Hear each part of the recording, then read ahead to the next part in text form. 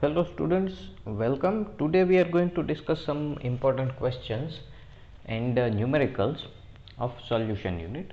So basically we will discuss about methods how to solve certain numericals and how to attend certain questions. If it is required, then we will fully solve the question. Otherwise I will show you the method.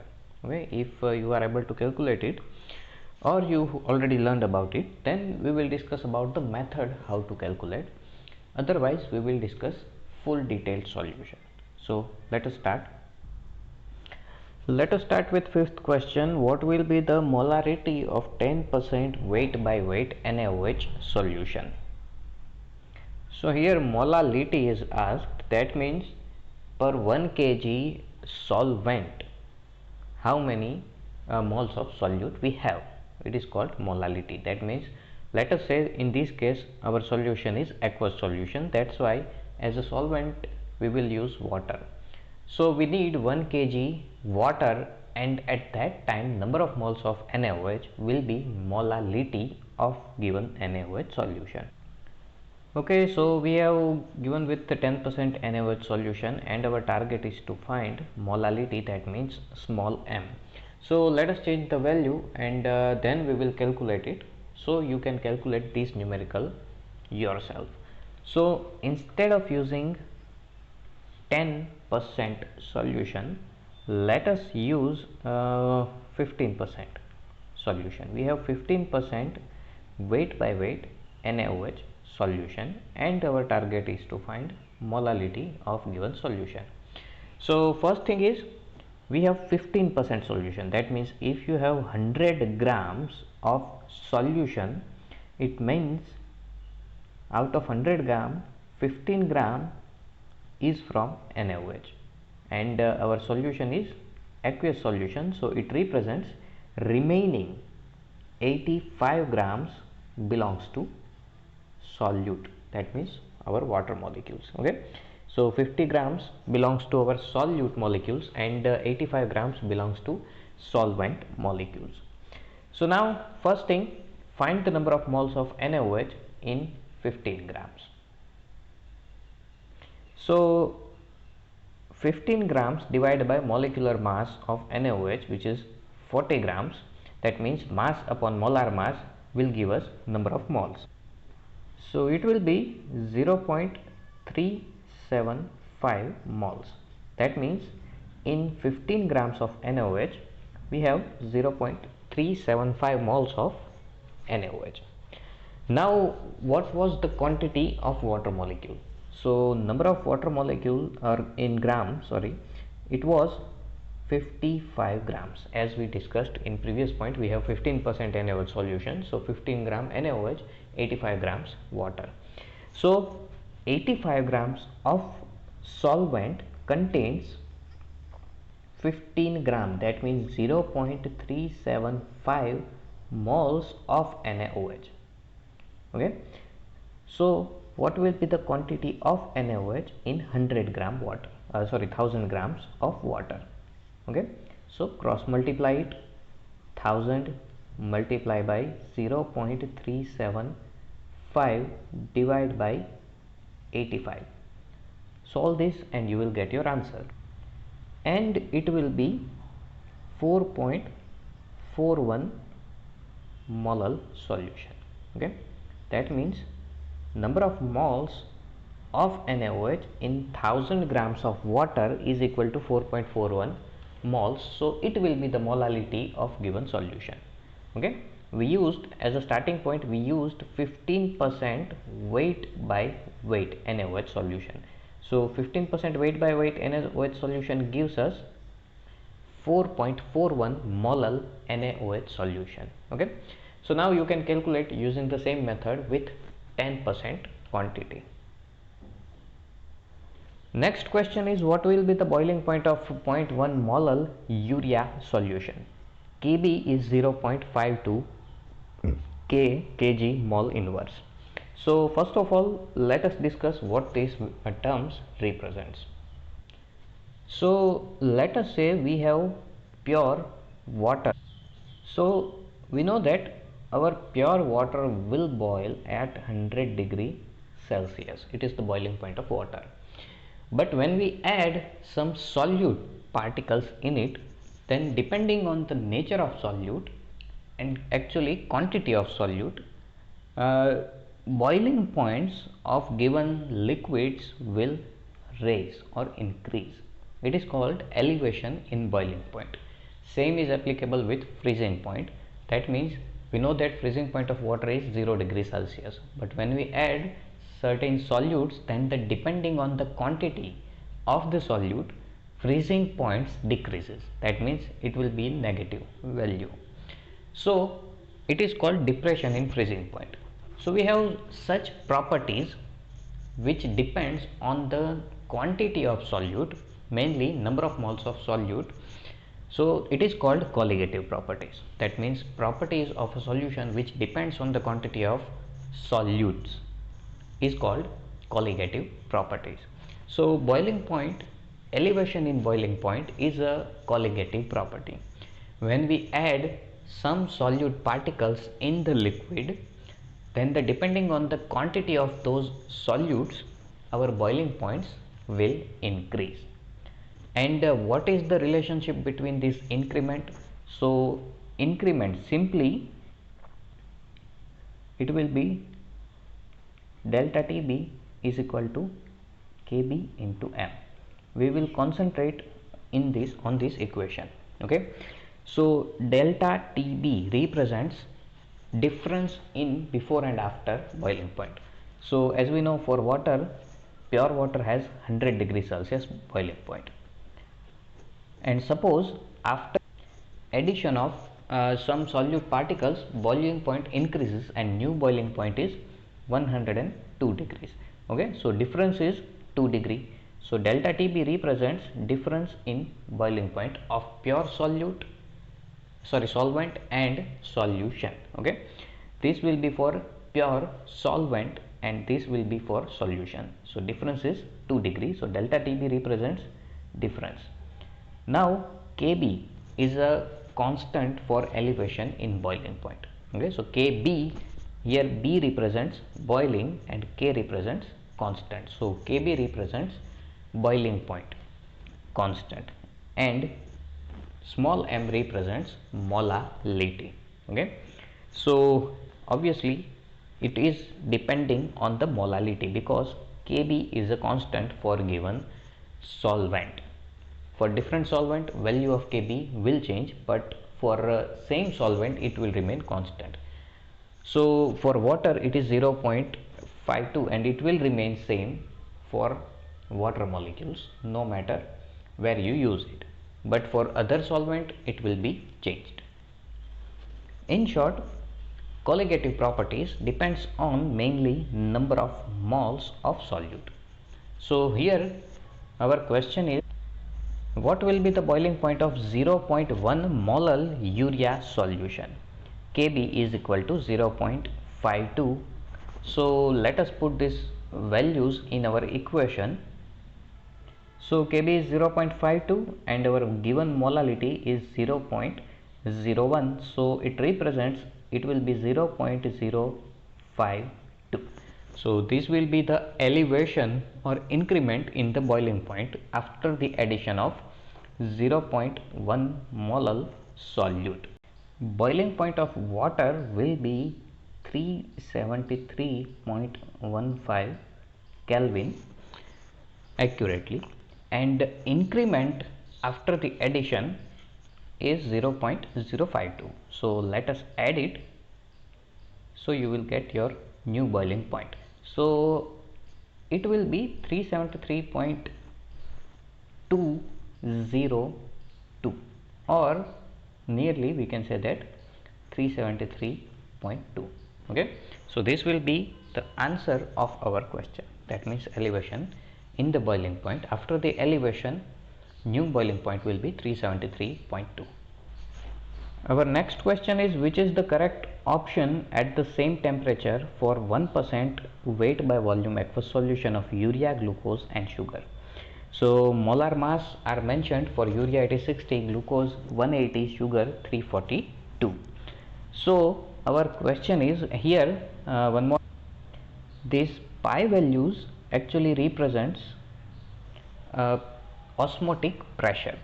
So let us quickly discuss what is osmotic pressure first. Okay, suppose we have this type of instrumentation. We have beaker A and beaker B joined with a nozzle and separated by a semi-permeable membrane. Here we have semi-permeable membrane. Now what it means, first discuss it. So semi-permeable membranes are material which has very small tiny holes in it. At normal glance it will appear like a normal paper like substance, but when you put it under the microscope, then you will notice it has a small tiny holes, multiple different holes. So it is a porous material containing very tiny holes, or in short we can call them filters for microscopic particles. Now as we know, inside the solution we have two different type of particles, solute particles and solvent particles. So we know that normally solvent particles are smaller in size, whereas solute particles are larger in size. So what happened when we place semi-permeable membrane? So as we can see here, hole size of these semi-permeable membranes are usually larger than solvent particles, but these holes are smaller than solute particles. So when we try to pass our solution from this semi-permeable membrane, these membranes will allow solvent particles to pass through it, but because of larger size of solute particles are not able to pass through this semi-permeable membrane. That's why they are called semi-permeable. They won't allow each and everything to pass through it, just like filtering the tea. Okay, we know that liquids will be filtered from the normal filters, whereas tea dust will remain inside the filter. Okay, so semi-permeable membrane acts just similar, but at microscopic level. They will allow solvent particles to pass through it, but they won't allow solute particles because of larger size. So let us assume in beaker A we have pure water, nothing is added into it, whereas in beaker B we have, let us say, a solution of glucose or anything else. You can use anything, let us use urea. We have urea solution concentration, let us say it is 1 molar. Okay, so in beaker B we have 1 molar urea solution, whereas in beaker A we have pure water molecules. So as mentioned earlier, what happened, this semi-permeable membrane will allow water molecules to pass through it because of smaller size of water molecule, whereas urea molecules will be larger in size, so they are not able to pass through it. So where the concentration is higher, so obviously our answer is in beaker B our concentration is higher than beaker A, but here we are talking about water molecule. Okay, concentration of urea is higher in beaker B and it is lower in beaker A, but what about water molecule? First think about it. You may pause the video, think about it, and then continue to play the video. So answer is, for water molecules concentration is more in beaker A and concentration of water molecule it is less in beaker B. Now why so? So just assume in both of the container volume is 1 liter. So in first beaker A we have total 1 liter of water molecules, whereas in second beaker B we have 1 molar solution of urea. So let us assume 1 mole of urea occupies 20 ml of volume. So that means quantity of water molecule will be 980 ml, because 20 ml is occupied by 1 mole of urea.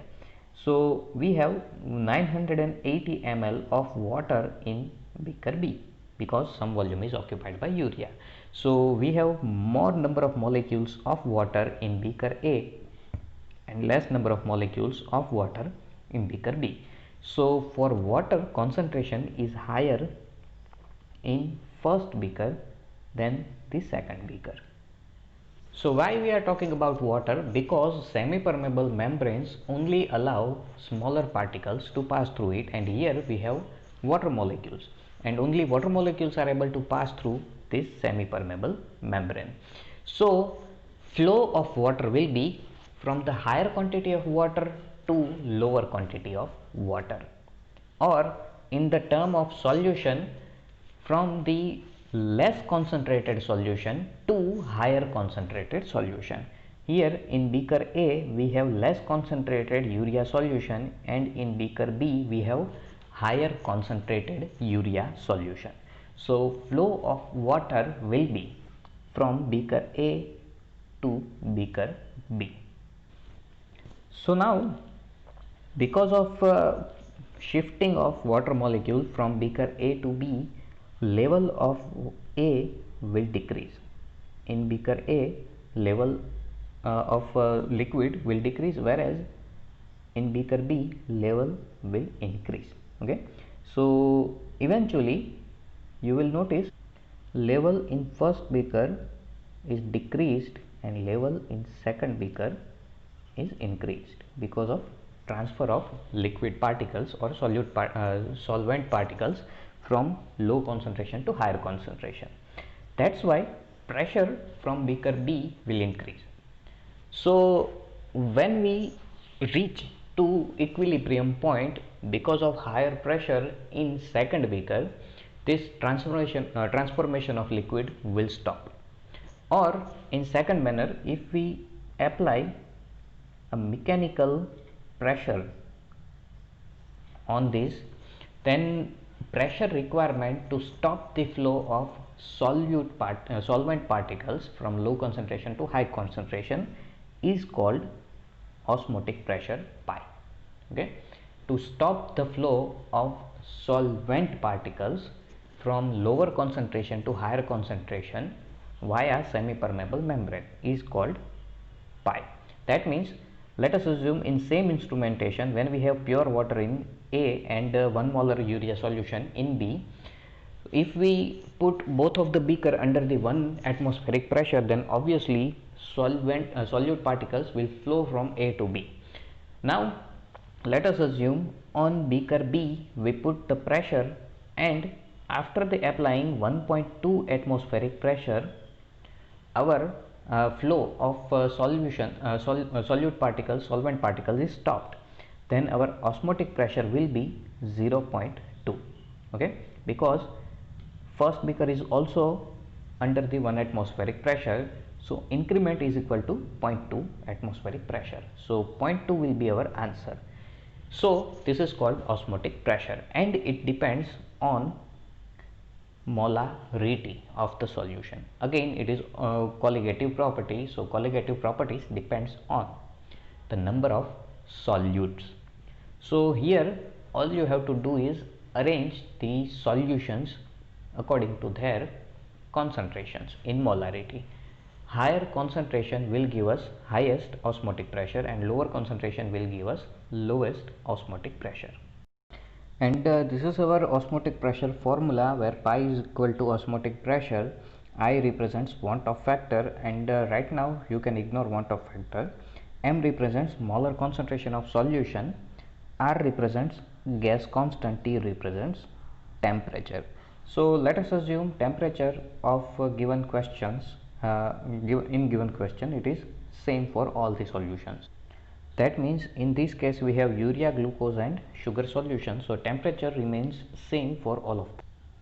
So temperature is common, so we can ignore the temperature in this case. Second one, we have gas constant, so it will be constant for all of these 3 solutions as well, so we can ignore it. Now want of factor, it depends on ionic character. Here all of these 3 compounds are non-ionic, so no need to concentrate on want of factor as well. We will discuss about this in detail when we discuss unit. So mainly we can say that for a given question, osmotic pressure depends on molar concentration. Okay, so all you have to do is arrange all of these 3 into their increasing molar concentration. So highest molar concentration will give us highest osmotic pressure, and least molar concentration will give us lowest osmotic pressure. So now masses are mentioned: urea 60, glucose 180, sugar 342, and percentage weight by volume is mentioned. So just assume you have total 1000 ml of solution.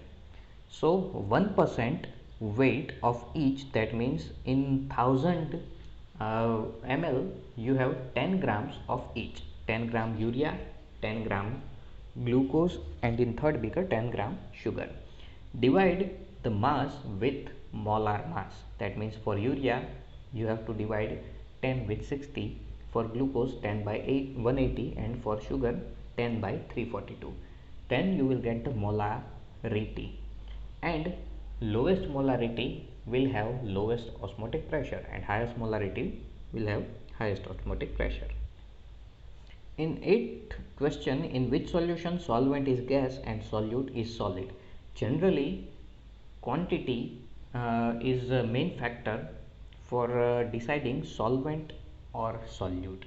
Higher quantity of substance will give us solvent, and lower quantity of substance will give us solute. That means if you have two different compounds in a solution, as for example we have compound A and compound B.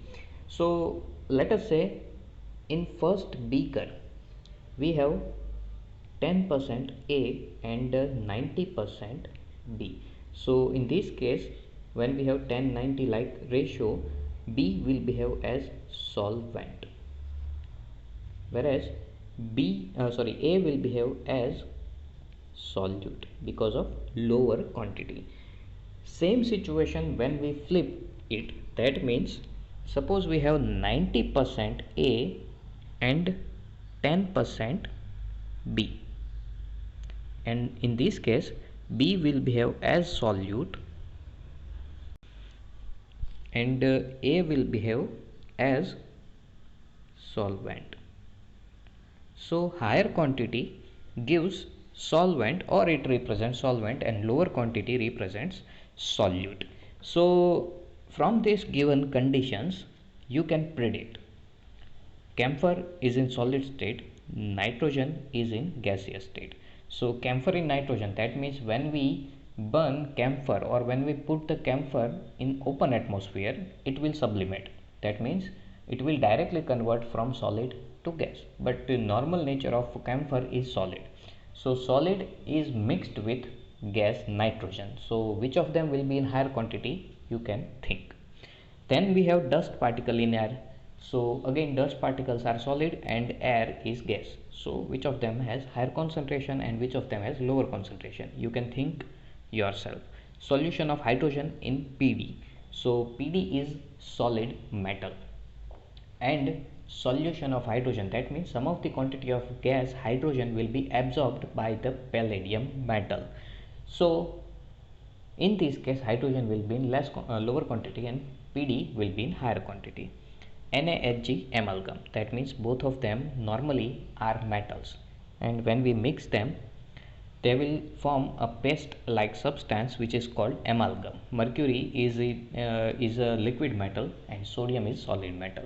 Okay, so our target is solvent is gas, that means gas quantity will be higher, solute is solid, so that means solute quantity or solid quantity should be lower. So you can think about and choose the correct answer. Okay, next question is which mixture shows positive deviation from ideal solution? So first of all, what is ideal solution, and then what is deviation and then what is positive deviation. First we need to discuss this, then we will select our answer. Suppose we have a airtight container, okay, and in this airtight container we have a liquid. So let us assume we put benzene in this airtight container. So as we know, petrol, benzene, kerosene, these type of substances are volatile. That means they will evaporate when we place them under the open atmosphere or when we leave them, okay. So certain quantity of these type of liquids will convert in gas automatically. It is called volatility. So benzene like substance are volatile. That means they will automatically convert from liquid state to gaseous state, but in this case our container is closed. That's why gaseous molecules are not able to escape. They will remain inside the container, okay. So let us draw a line to represent liquid state, okay. Below this line we have liquid benzene, and above this line, that means this is the level of liquid. So some of the benzene particles or molecules will convert in gaseous state. So these gaseous benzene molecules will be present in this upper area, okay. In this upper area or above the line we have gaseous benzene molecules. Now before this evaporation takes place, initially let us assume pressure of this container was 1 bar, okay. So initially this container was under the pressure 1 bar. Now some of the benzene molecules are converted into gaseous state. So now we have more quantity of gas or gaseous particles are increased. So what happened when we increase the gas? Pressure increases. So now initial pressure was 1 bar, but because of benzene in gaseous state, this pressure value is increased, okay. So let us say our new pressure is 1.5 bar, okay. Initially it was 1 bar, new pressure is 1.5 bar. So what is the increment? It is 0.5 bar, okay. So this 0.5 bar is called partial pressure of benzene, because it is because of benzene, okay. So when liquids evaporates, it increases the pressure, and this increment is called partial pressure of this liquid, of that liquid. So now let us assume we have two different beakers, beaker A and beaker B. Both of them are filled with different type of volatile liquid. So let us say liquid A is more volatile than liquid B. That means more quantity of A will convert in gaseous state than B. So higher quantity of gases produced from A represents pressure will be more in first beaker. Both of these beakers, let us say they are airtight, okay. So gaseous molecules are not able to escape. So pressure in A will be more and pressure in B will be less. So partial pressure of A is higher than partial pressure of B, or pressure produced by A is higher than pressure produced by B. So now let us plot a graph, okay. In this graph, on left hand side we have liquid A, on right hand side we have liquid B. So as we discussed here, A is more volatile, so it will increase pressure more. So this is the pressure value of pure A. B is less volatile, that means pressure value or partial pressure of B will be less. So let us say this is the pressure value of pure B, and between these A and B we have different concentration of A and B. That means on the left hand side we have 100% A and 0% B, and as we move from left to right you will get 100% B and 0% A, and between these two different concentration, that means exact center, you will get 50% A and 50% B. At this point you will get 75% B and 25% A. Here you will get 75% of A and 25% of B. Okay, so you will get the idea. This line represents different concentration ratios of A and B. As we move from left to right, concentration of A decreases, concentration of B increases, and as we move from right to left, then concentration of B will decrease and concentration of A will increase. So if A and B forms ideal solution, then what will happen, or how you will get the graph? So if A and B forms ideal solution pair, then our graph will give us straight line. Okay, these type of straight line will be observed. That means when we mix 50% of both of them, their partial pressure will fall on this line. Okay, if we have this type of condition, 25% of A, 75% of B, at that time partial pressure again it will fall on this line. At this point 75% A, 25% B, again partial pressure will obtain on this line.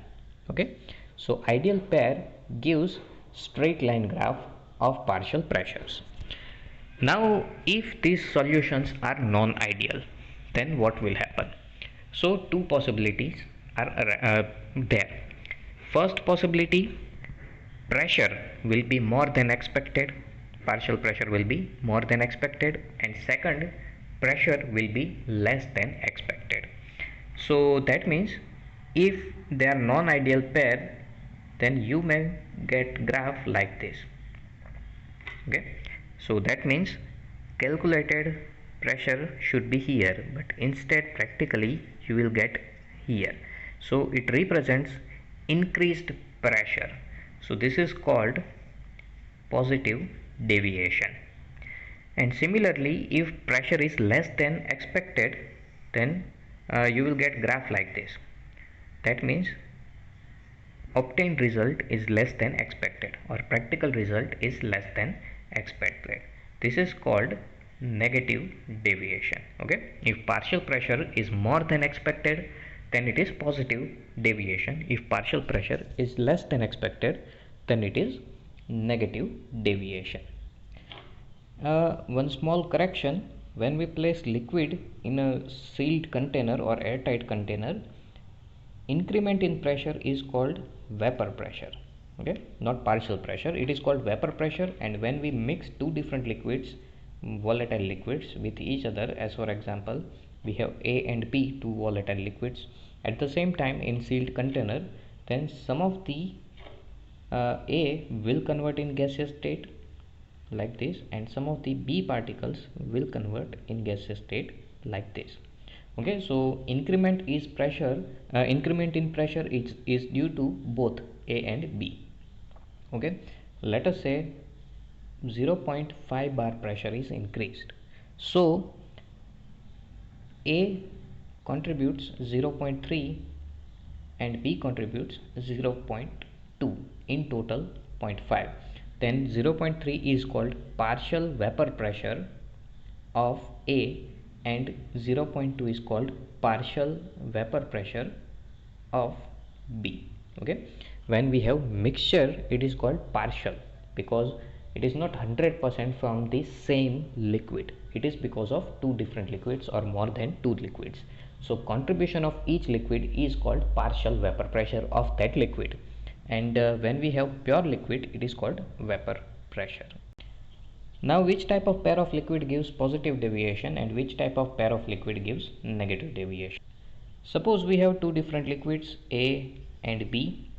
So attraction of pure liquid A, that means when we have pure liquid A, then two different molecules will feel attraction towards each other and those molecules are same. That means A molecule will feel attraction towards the second A molecule because we have pure liquid, and each and every molecules more or less will provide attraction to each other. In case of second beaker, we have pure liquid B, so that means B molecules feels attraction towards the B molecules only. Okay, but when we mix them, that means in third beaker C we have mixture of A and B. So in this case, A molecules also feels attraction towards the B molecules and vice versa. B feels attraction towards the A molecules. Both of them will attract each other as well. So in this case, if attraction of pure A and pure B is greater than attraction between A and B, okay, that means intermolecular attraction. If pure liquids have stronger attraction than solution, in this case you will get positive deviation. And in opposite manner, that means if pure liquids attracts each other less than solution, then you will get negative deviation. So simply attraction in pure liquid is stronger than the solution, it gives us positive deviation. More volatility will be observed in solution phase. And if attraction is stronger in solution than pure solutes or liquids, then it will give us negative deviation. That means less volatility will be observed. And in our question we have a pair ethanol and acetone which gives us positive deviation. So it is not ideal solution mixture and it gives more volatility when we mix them with each other. Okay, so our answer will be B. So part B will be discussed in next lecture. If you find any confusion regarding to these points we discussed today, then feel free to ask.